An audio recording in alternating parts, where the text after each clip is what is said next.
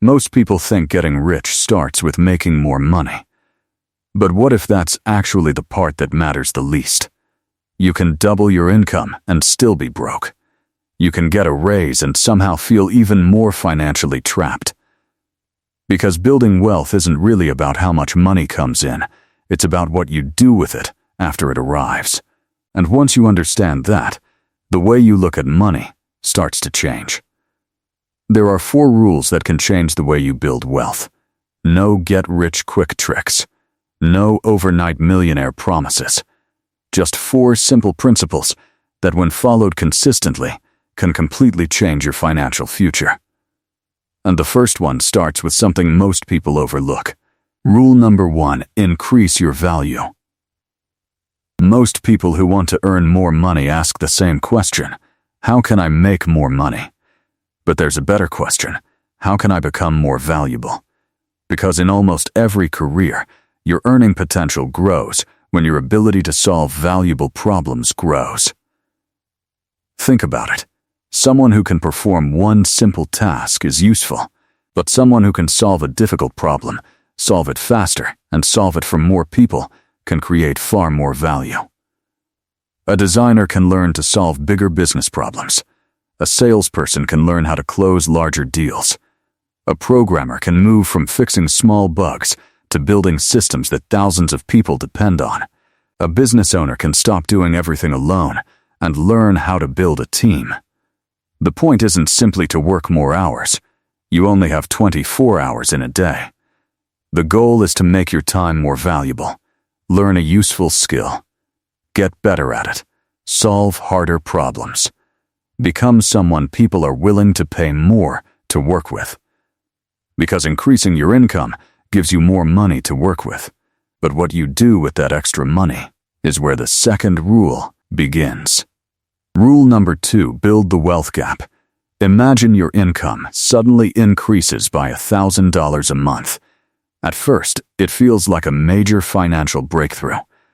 But then you upgrade your car, move into a more expensive apartment, order more takeout, add a few subscriptions, and somehow that extra $1,000 disappears. Your income went up. But your financial position barely changed. This is lifestyle inflation, and it's one of the quietest ways to stay financially stuck. You don't need to stop enjoying your life. You don't need to live in a tiny apartment forever. The goal is much simpler. Create a gap between what you earn and what you spend.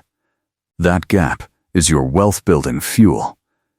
If your income increases, don't automatically increase your lifestyle by the same amount. Let some of that extra income become savings. Let some become investments. Let some become assets. Because income tells you how much money comes in. But wealth depends on how much money you can keep and eventually put to work. Think of it this way. If you earn more but spend everything you earn, you're simply living a more expensive life. But if your income grows and your wealth gap grows with it, you start creating something much more powerful: financial momentum. And that leads to rule number 3. Rule number 3, turn money into ownership. Saving money is important, but saving is only the beginning. Because money can do more than sit in your bank account. It can become something that has the potential to grow, produce income, or increase in value over time. That's the difference between simply having money and putting money to work. Instead of asking, what can I buy with this money? Start asking, what can this money become? $1 you spend is gone. $1 you save is still yours. But money invested into productive assets has the potential to grow over time. And this is where people often make a mistake. They search for the perfect investment, the perfect stock, the perfect moment, the perfect opportunity. But building wealth usually isn't about finding one magical investment.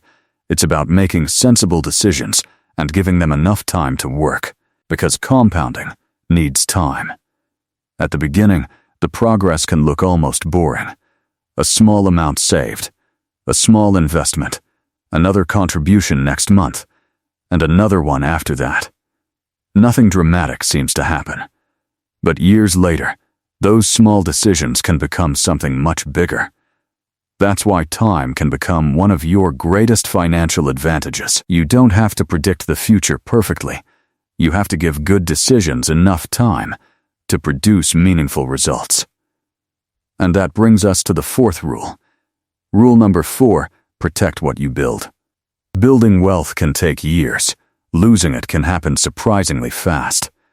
One bad financial decision, one mountain of high-interest debt, one investment you don't understand, one emotional decision made because everyone else was doing it, and suddenly, years of progress can be damaged. That's why building wealth isn't only about growing your money, it's also about protecting it. Be careful with expensive debt.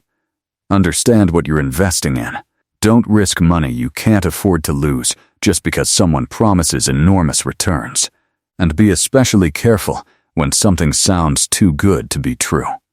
Because financial mistakes don't always look like mistakes when you make them.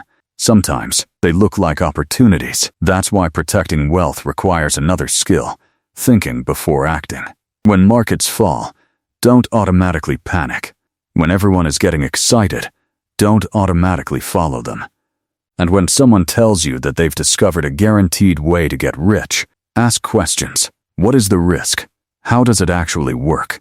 And what happens if things don't go according to plan? The goal isn't to avoid every risk. That's impossible. The goal is to understand the risks you're taking and make decisions you can live with, because building wealth is a long game, and long games require you to stay in the game.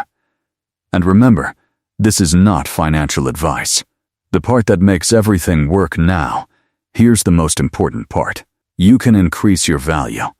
You can create a wealth gap. You can put your money to work. And you can protect what you're building. But none of these rules will do much for you if you follow them for 3 weeks and then quit. Consistency is the multiplier. You don't need to make one perfect financial decision. You need to make good decisions again and again and again. Learn a valuable skill. Increase your earning power. Keep part of the increase. Put that money to work. Protect what you've built. Then, repeat. At first, the results may look small. That's normal. Financial progress is often invisible before it becomes obvious. Think about a tree. For a long time, you may not notice much happening above the ground, but underneath, the roots are growing. Then eventually, the growth becomes visible. Your finances can work the same way. Small decisions, repeated over years, can create results that are anything but small. And that's why you don't need to start rich. You don't need wealthy parents. You don't need a 6-figure salary tomorrow. You simply need to become a little more valuable, a little more disciplined, and a little more intentional with your money. Because wealth isn't created by one extraordinary decision. It's created when ordinary good decisions are repeated for an extraordinary amount of time. So the next time money comes into your life, don't only ask, "What can I buy?" Ask yourself, "What can this money become?" That question can change the direction of your financial future. And remember, you don't have to get rich quickly. You have to become financially stronger, consistently. This is Money Decoded. See you in the next one.